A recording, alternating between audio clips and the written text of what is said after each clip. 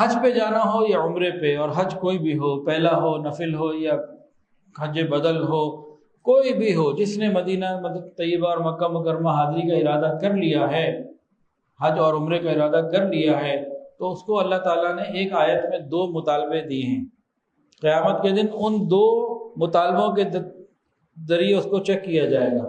آیت جو پڑھی تھی خطبے میں وہ کیا تھی؟ وَأَتِمُّ الْحَجَّ وَالْعُمْرَةَ لِلَّهِ۔ کیا ترجمہ اس کا؟ کیا مفہوم ہے؟ حج اور عمرہ اللہ رب العزت کی رضا کے لیے پورا ادا کرو۔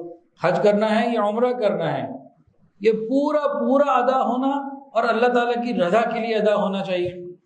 پورا ادا ہونے سے کیا مراد ہے؟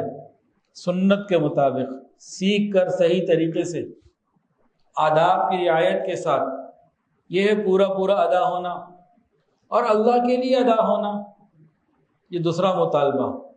تو قیامت کے دن جب اعمال میں حج کا عمل یا عمرے کا عمل آئے گا تو ان 2 پیمانوں سے اسے پرکھا جائے گا۔ ایک پیمانہ کہ پورا ادا، یعنی سنت کے مطابق ادا ہوا کہ نہیں۔ اب اس کا جو وزن ہے وہ اتباع سنت سے آئے گا، علم دین سے آئے گا، اور اللہ تعالیٰ کے لیے کرنا۔ تو حج عمرہ کرنے والا ہر عمل حج کا اور عمرے کا اللہ تعالیٰ کی محبت میں ڈوب کے کرے، اور اللہ سے کہ اللہ یہ آپ کی رضا کے لیے کرنا چاہتا ہوں، میرے لیے آسان فرما۔